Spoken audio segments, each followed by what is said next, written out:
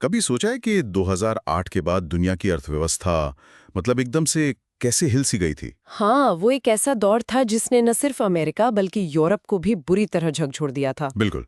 तो आज हम इसी पर गहराई से बात करने वाले हैं। हम संजीव वर्मा की जानी मानी किताब के चैप्टर 36 जिसका नाम है overview of recent crisis since 2008 यानी 2008 से हाल के संकटों का अवलोकन, इसको समझने की कोशिश करेंगे। और ये समझना बहुत जरूरी है, खासकर यूपीएससी एस्पिरेंट्स के लिए। ये सिर्फ पुरानी खबरें नहीं है, बल्कि ये वो सबक हैं जो GS3 इकोनॉमी पेपर के लिए बहुत महत्वपूर्ण है। सही कहा। हमें ये जानना होगा कि ये संकट क्यों हुए, कैसे हुए, इनका असर क्या हुआ, भारत पर क्या असर पड़ा और आगे के लिए क्या नीतियां बनी या बननी चाहिए। हाँ, मतलब पूरी जड़ तक जाएंगे, प्रीलिम्स और मेंस दोनों के लिए ये नॉलेज बेस बहुत जरूरी है। 2011 वाला उनका फिस्कल संकट, यूरोजोन का संकट, साइप्रस वाला मामला, ग्रीस का कर्ज संकट और हाँ, ब्रेक्सिट। इन सब की जड़ें, कारण, असर और अभी क्या स्थिति है, इसकी एक डिटेल्ड मतलब गहरी समझ मिल जाएगी। कोशिश यही रहेगी कि मुश्किल चीजों को आसान बनाया जाए, जो जरूरी शब्द है उन्हें दोहराया जाए और जहां हो सके असल जिंदगी के उदाहरण भी दिए जाएं। चलिए तो फिर शुरू करते हैं। बिना किसी शुरुआती सारांश के सीधा पहले खंड पर आते हैं, अमेरिकी संकट 2008 और 2011। पहले 2008 वाला संकट जिसे फाइनेंशियल सेक्टर क्राइसिस कहते हैं। हाँ, ये इतना बड़ा था कि इसे 1929-33 की महामंदी ग्रेट डिप्रेशन के बाद का सबसे बुरा फाइनेंशियल क्राइसिस कहा जाता है। बाप रे! तो इसकी जड़ क्या थी? किताब में उल्टे वित्तीय पिरामिड या इन्वर्टेड फाइनेंशियल सिस्टम की बात कही गई है और ये कि सिस्टम हाईली ओवर लेवरेज था।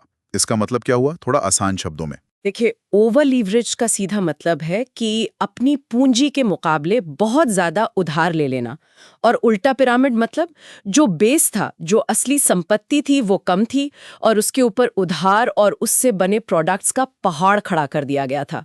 ये बहुत रिस्की था। अच्छा, मतलब नींव कमजोर और इमारत बहुत ऊंची। बिल्कुल। और इस इमारत में ईंटें थीं जटिल वित्तीय डेरिवेटिव उत्पाद, मतलब कॉम्प्लेक्स फाइनेंशियल डेरिवेटिव प्रोडक्ट्स। हाँ, ये डेरिवेटिव्स का नाम तो बहुत सुना है। ये होते क्या है असल में? ये ऐसे फाइनेंशियल इंस्ट्रूमेंट्स होते हैं जिनकी खुद की कोई वैल्यू नहीं होती।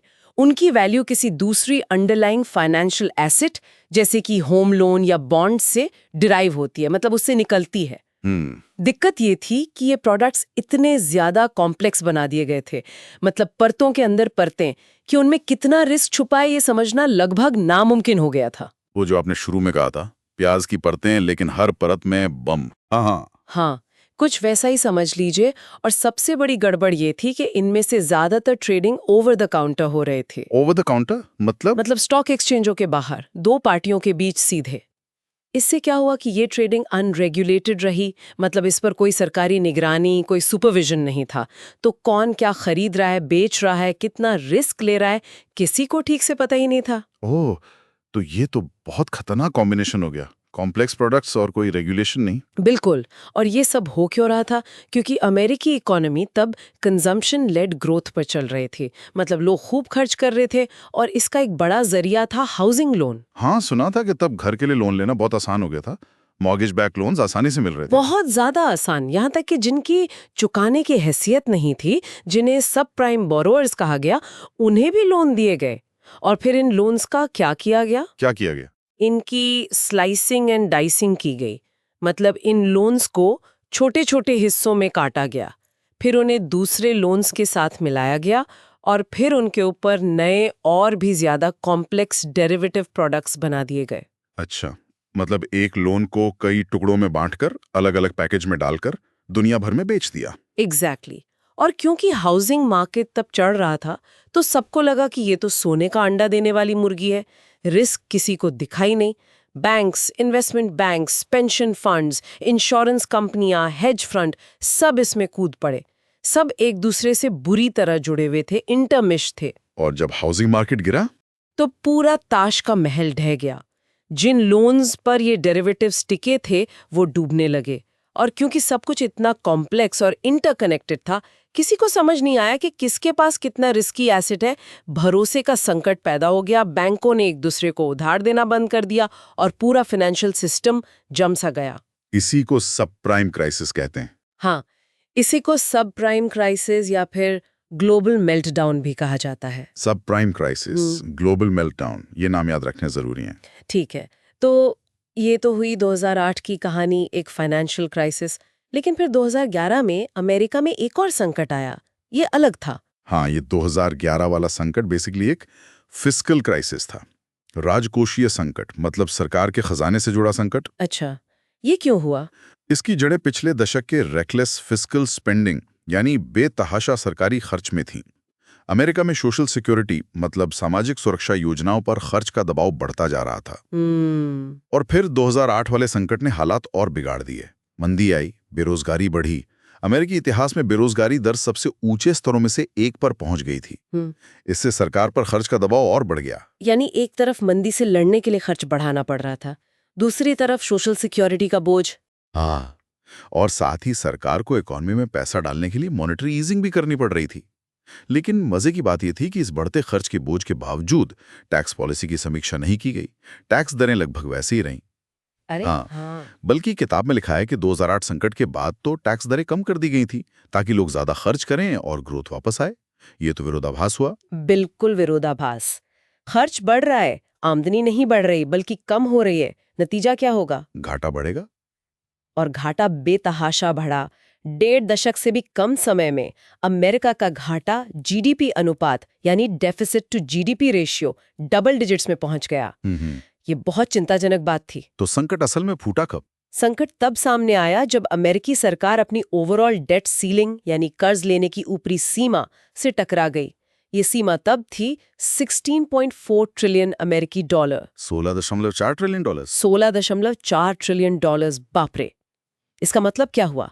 इसका मतलब ये हुआ कि अब सरकार और उधार लेकर अपना घाटा फाइनेंस नहीं कर सकती थी जैसा वो पहले करती आ रही थी, जब तक कि ये डेट सीलिंग बढ़ाई ना जाए। और अगर सीलिंग नहीं बढ़ती तो अमेरिका के अपने कर्ज पर डिफॉल्ट करने का खतरा पैदा हो गया।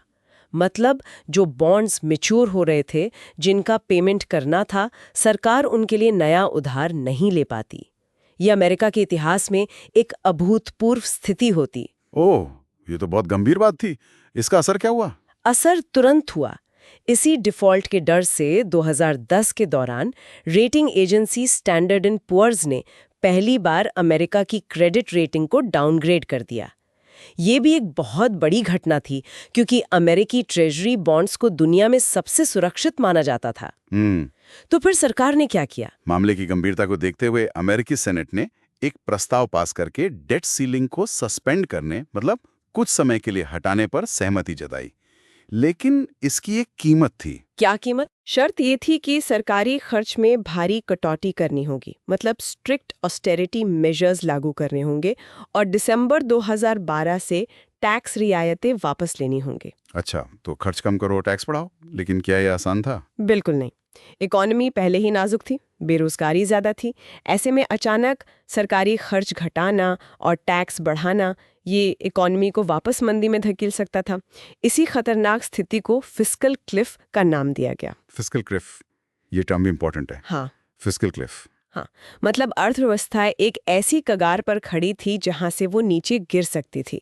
सरकार को दिसंबर 2012 से शुरू करके अगले 9 सालों में 1.2 ट्रिलियन अमेरिकी डॉलर, 1.2 ट्रिलियन डॉलर्स के खर्च में कटौती करनी थी। 1.2 ट्रिलियन डॉलर्स। हाँ, ये भी बहुत बड़ी रकम है।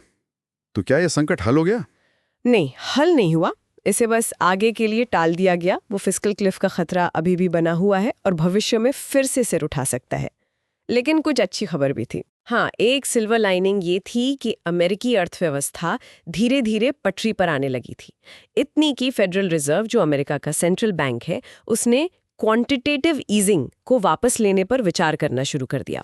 क्वांटिटेटिव ईजिंग जी क्या था? आसान शब्दों में कहें तो ये सेंट्रल बैंक द्वारा इकोनॉमी में पैसा डालने का एक तरीका था ताकि ब्याज दरें कम रहें और लोग उधार लेकर खर्च करें या निवेश करें। तो क्यूई वापस लेने का मतलब था कि अब फेडरल रिजर्व को लग रहा था कि इकोनॉमी को इस सहारे की जरूरत कम हो रही है। लेकिन फिर भी अनिश्चितता बनी रही। हाँ, सवाल ये था कि क्या ये अमेरिकी अर्थव्यवस्था के संकट का अंत था या फिर एक डबल डिप रिसेशन का खतरा था। डबल डिप रिसेशन मतलब एक बार मंदी से निकलने के बाद जल्द ही वापस मंदी में चले जाना। तो ये अनिश्चितता बनी हुई थी। ठीक है, तो ये अमेरिका के दो बड़े संकट थे, 2008 का फाइनेंशियल और 2011 का फिस्कल। अब जरा अटलांटिक के पार चलते हैं, यूरोप की तरफ। अगला खंड है यूरोजोन संकट। हाँ, यूरोप की कहानी भी कम दिलचस्प नहीं है। पहले तो ये समझना होगा कि यूरोजोन है क्या। यूरोपियन यूनियन तो एक आर्थिक बाजार, एक संघ ही, फ्री ट्रेड वगैरह। बिल्कुल। फिर 1992 में हुई maastricht संधि। ये नाम याद रखिएगा, maastricht संधि।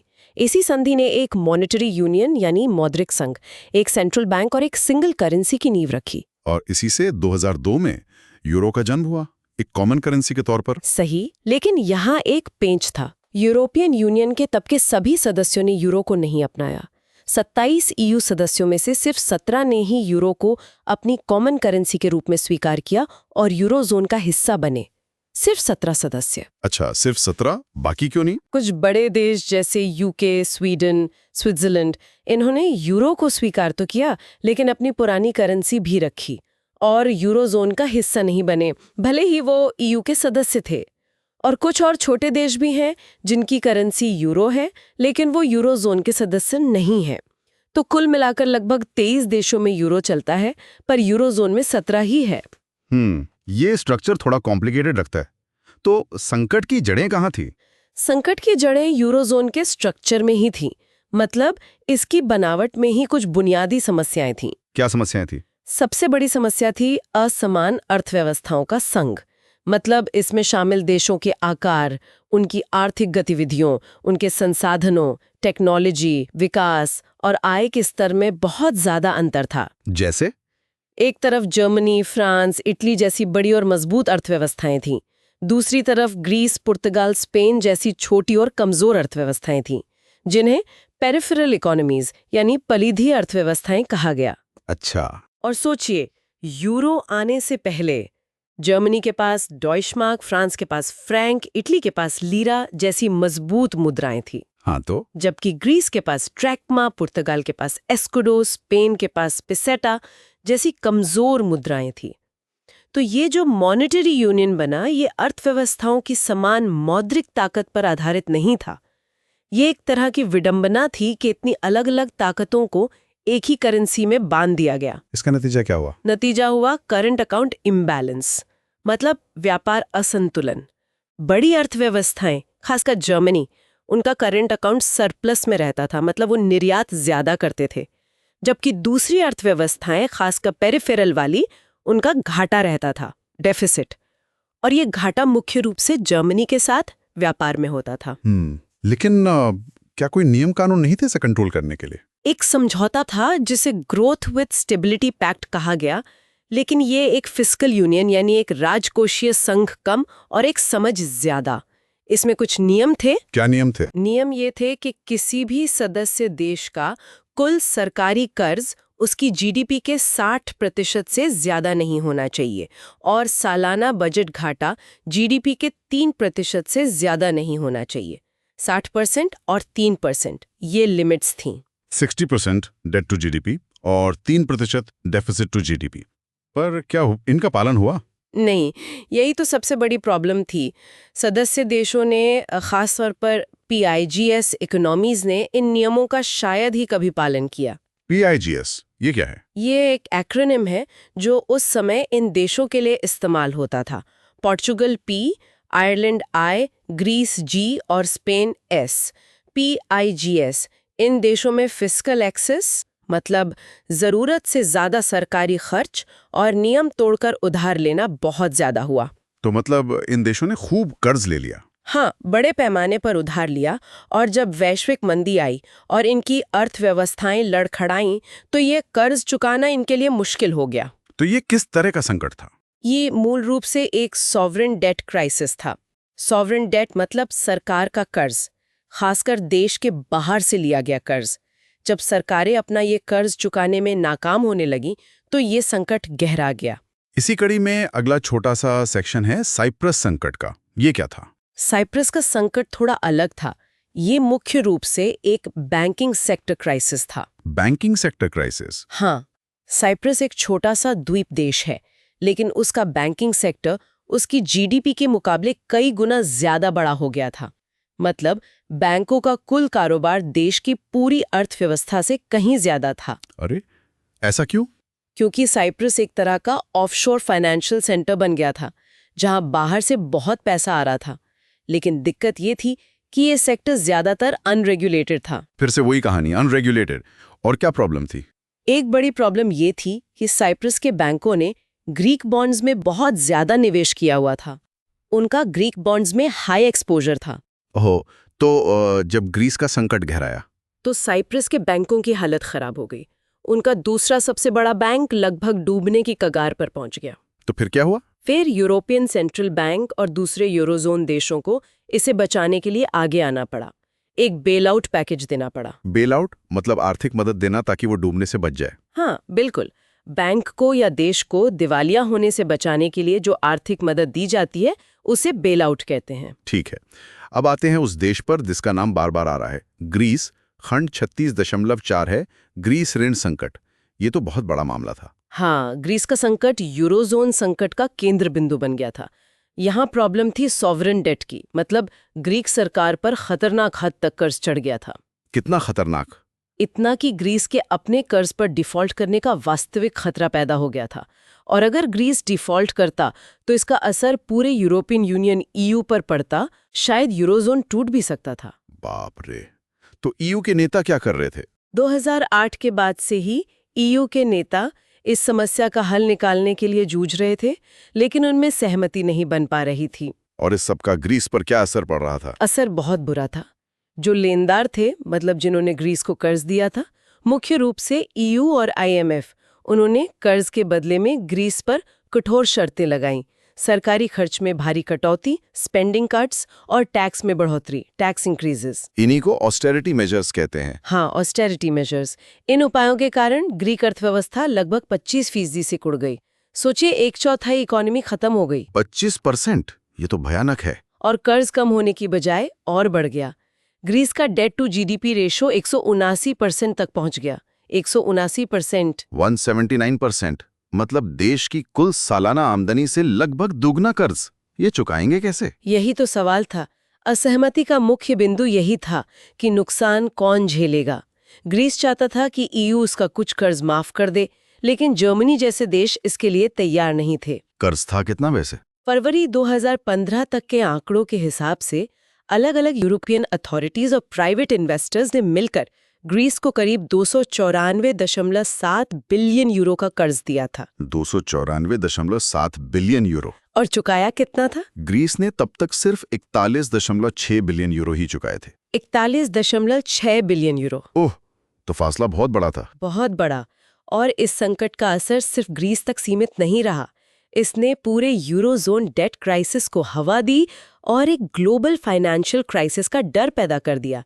इसने यूरोजोन की वायबिलिटी, मतलब उसके बने रहने की क्षमता पर ही सवाल खड़े कर दिए। मतलब ये बाकी कर्जदार देशों के लिए एक चेतावनी बन गया। हाँ, कि अगर ग्रीस के साथ ऐसा हो सकता है तो स्पेन, पुर्तगाल, इटली जैसे दूसरे भारी कर्ज वाले देशों का क्या होगा? तो ये ग्रीस संकट शुरू कैसे हुआ था?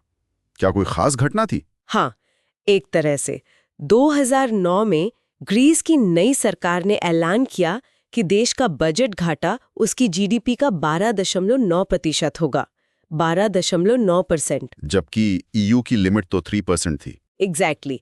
ये लिमिट से 4 गुना ज्यादा था। इस घोषणा ने मार्केट्स में हड़कंप मचा दिया। Rating agencies, Fitch, Moody's, S&P सब ने ग्रीस की क्रेडिट रेटिंग धड़ाधड़ गिरा दी। इसका मतलब हुआ कि ग्रीस के लिए आगे और कर्ज लेना बहुत महंगा हो गया। हाँ, और निवेशकों का भरोसा उठ गया। लगने लगा कि ग्रीस अपना कर्ज चुका ही नहीं पाएगा। तब जाकर ईयू और आईएमएफ ने मिलकर वो बड़ा बेल आउट पैकेज दिया। कितना था वो पैकेज? करीब 240 बिलियन यूरो का। 240 बिलियन यूरो। ये इमरजेंसी फंड था, लेकिन इसके बदले में वही कठोर ऑस्टेरिटी मेजर्स लागू करवाए गए। ईयू के पास कोई और चारा नहीं था क्या? शायद नहीं। या तो वो ग्रीस की मदद करते या फिर ग्रीस के यूरोजोन छोड़ने या डिफॉल्ट करने के भयानक परिणामों का सामना करते। उन्होंने मदद करना चुना, पर कड़ी शर्तों के साथ। ये ऑस्टेरिटी मेजर्स क्या-क्या थे? क्या सिर्फ खर्च कम करना और टैक्स बढ़ाना ही था? उसमें कई चीजें शामिल थीं, जैसे VAT और कॉर्पोरेट टैक्स की दरें बढ़ाना, टैक्स की चोरियों को रोकना, जो खामियां थीं, टैक्स लूप होल्स उन्हें बंद करना। और सरकारी कर्मचारियों के लिए जल्दी रिटायरमेंट के इंसेंटिव्स कम करना, पेंशन सिस्टम में कर्मचारियों का योगदान बढ़ाना, और एक बहुत बड़ा कदम था निजीकरण। मतलब सरकारी संपत्ति बेचना। हाँ, बिजली ट्रांसमिशन समेत कई ग्रीक सरकारी व्यवसायों का निजीकरण किया गया। इसका एक राजनीतिक असर भी हुआ। हाँ। इसने समाजवादी पार्टियों और मजदूर यूनियनों की ताकत को कमजोर किया, जो अक्सर इन सुधारों का विरोध करते थे। तो इसके सामाजिक और राजनीतिक प्रभाव भी गहरे थे। बिल्कुल, लोग सड़कों पर थे, हड़तालें आम हो गई थीं। तो हाल की क्या स्थिति है? किताब में जनवरी 2018 तक का जिक्र है। हाँ, जनवरी 2018 तक की स्थिति ये थी कि ग्रीक संसद ने कुछ और नए ऑस्टेरिटी उपायों पर सहमति जताई थी ताकि उन्हें बेल आउट की अगली किश्त मिल सके। करीब 6-7 बिलियन यूरो मिलने की उम्मीद थी। और नए उपाय क्या थे? इनमें कुछ ऐसे कदम थे जिनसे यूनियनों के लिए हड़ताल करना और मुश्किल हो गया, क्योंकि हड़तालों से देश अक्सर ठप पड़ जाता था। बैंकों को उनके बैड डेट्स यानी फंसे हुए कर्ज कम करने में मदद करने के उपाय थे। एनर्जी और फार्मेसी जैसे बाजारों को और खोलने की बात थी, और चाइल्ड बेनिफिट्स की भी रिकैल्कुलेशन होनी थी। और ये बेल आउट प्रोग्राम कब खत्म होना था? ये अगस्त 2018 में खत्म होने वाला था। तो क्या कुछ सुधार के संकेत दिखे थे तब तक? हाँ, कुछ सकारात्मक संकेत जरूर थे। बेरोजगारी दर जो 2013 में 25% से भी ऊपर चली गई थी, वो गिरकर 20% के आसपास आ गई थी। 25% से 20%, ये तो इम्प्रूवमेंट है, पर 20% भी बहुत ज्यादा है। बिल्कुल। इकोनॉमी ने भी थोड़ी ग्रोथ दिखाई थी, लगभग 2.5% बढ़ी थी, जबकि 2011 में तो इकोनॉमी लगभग 10% सिकुड़ गई थी। तो उसकी तुलना में ये बेहतर था। और आगे का क्या नजरिया था? उम्मीद ये जताई जा रही थी कि ग्रीस 2060 तक अपने कर्ज का कम से कम 75% चुका देगा। 2060 तक?